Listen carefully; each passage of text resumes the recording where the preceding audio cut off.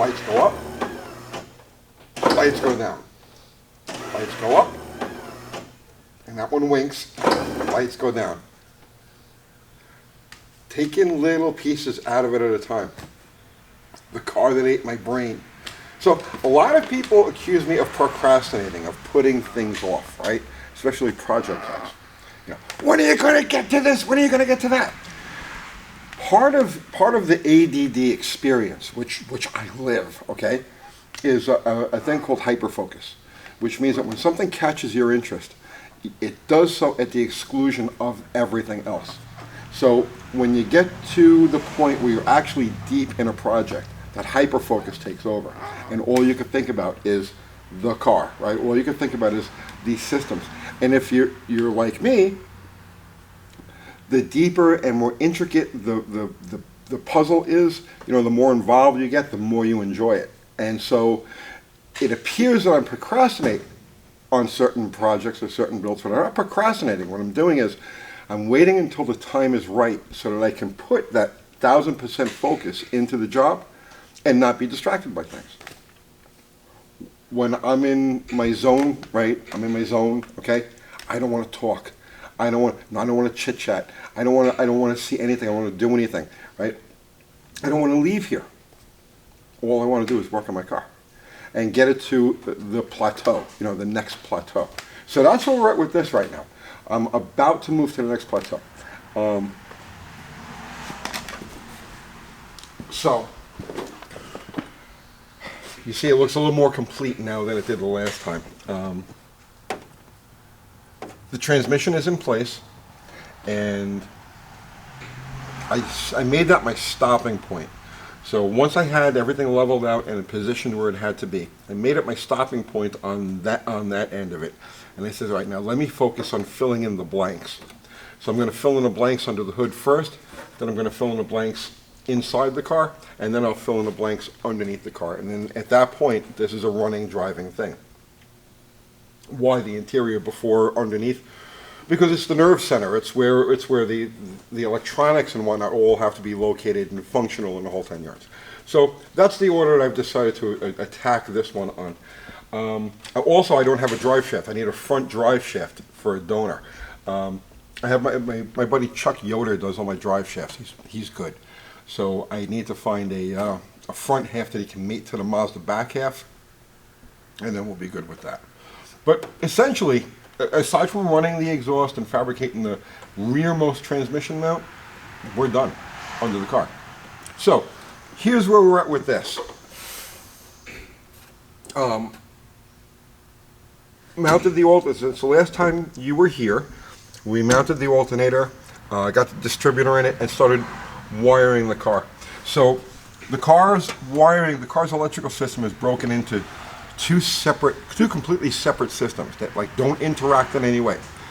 There's the ignition and charging system, and you see, you mounted the coil right there, and next to the distributor, mounted the voltage regulator right here next to the alternator. And on these Chryslers, oh, really on any car, but I'm mimicking the factory Chrysler wiring. The ignition system and the charging system are intertwined at the field. And so that's why this is one set of circuits. And I wired it as simply as I could. I wired it as a child would do. Okay? Very, very simple. Everything's wired out in the open. My ballast resistor.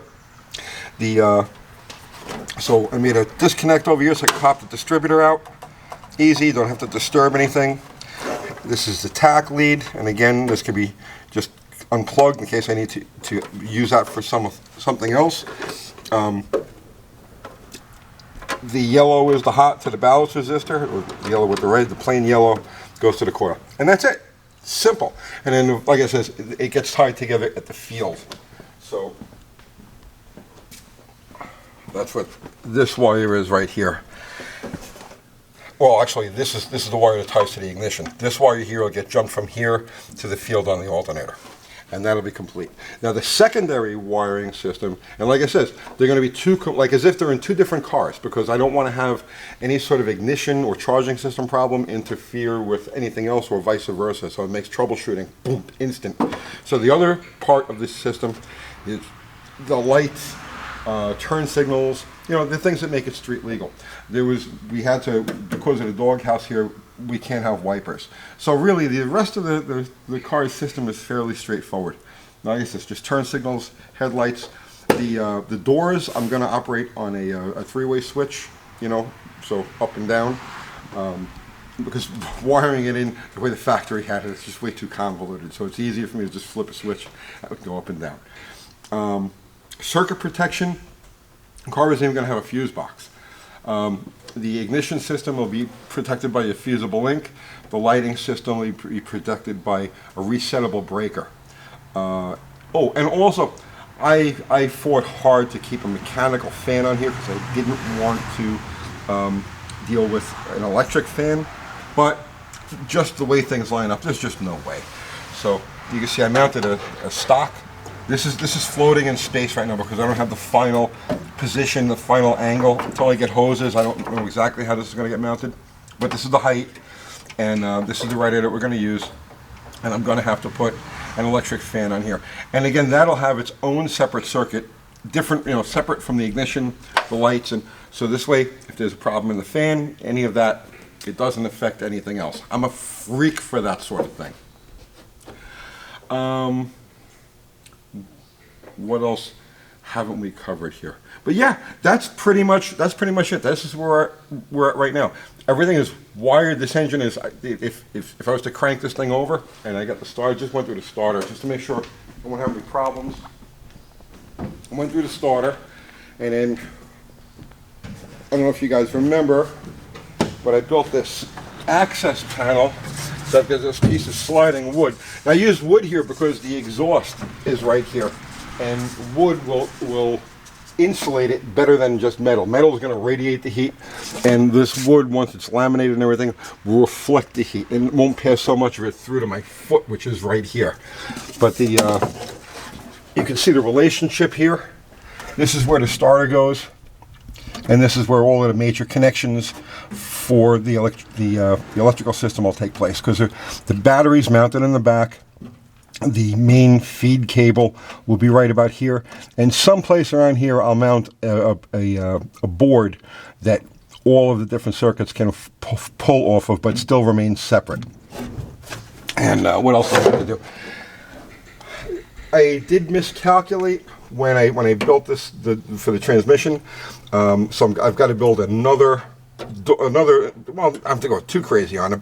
It won't really interfere with foot space very much, because you notice I didn't take up any foot space on the driver's side. I took up 2.5 inches on the passenger side, but none on the driver's side.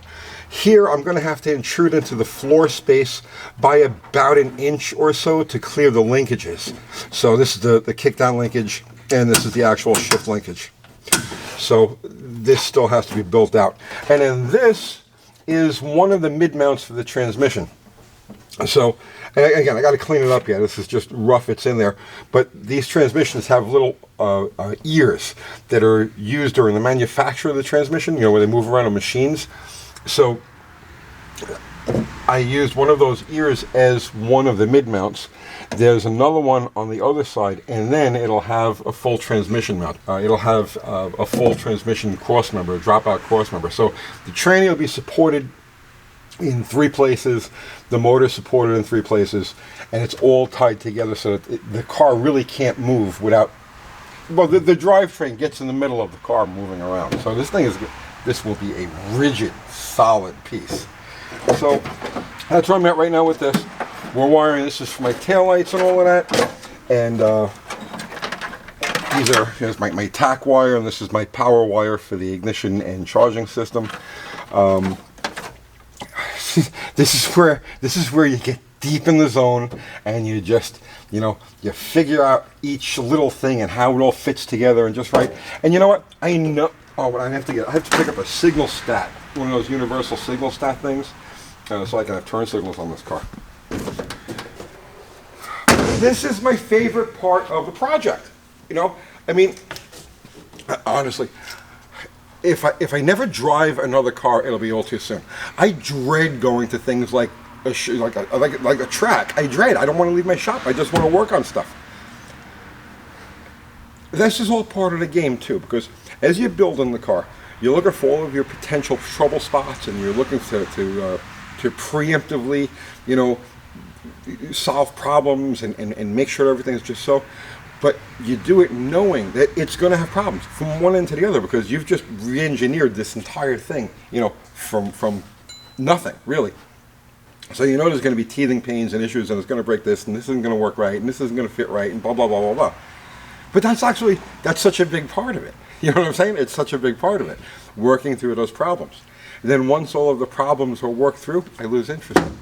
You know what I mean? I can't get rid of them because I get attached to these things. You have no idea. Like, I bond with these like the way people bond with their kids. I bond with my cars.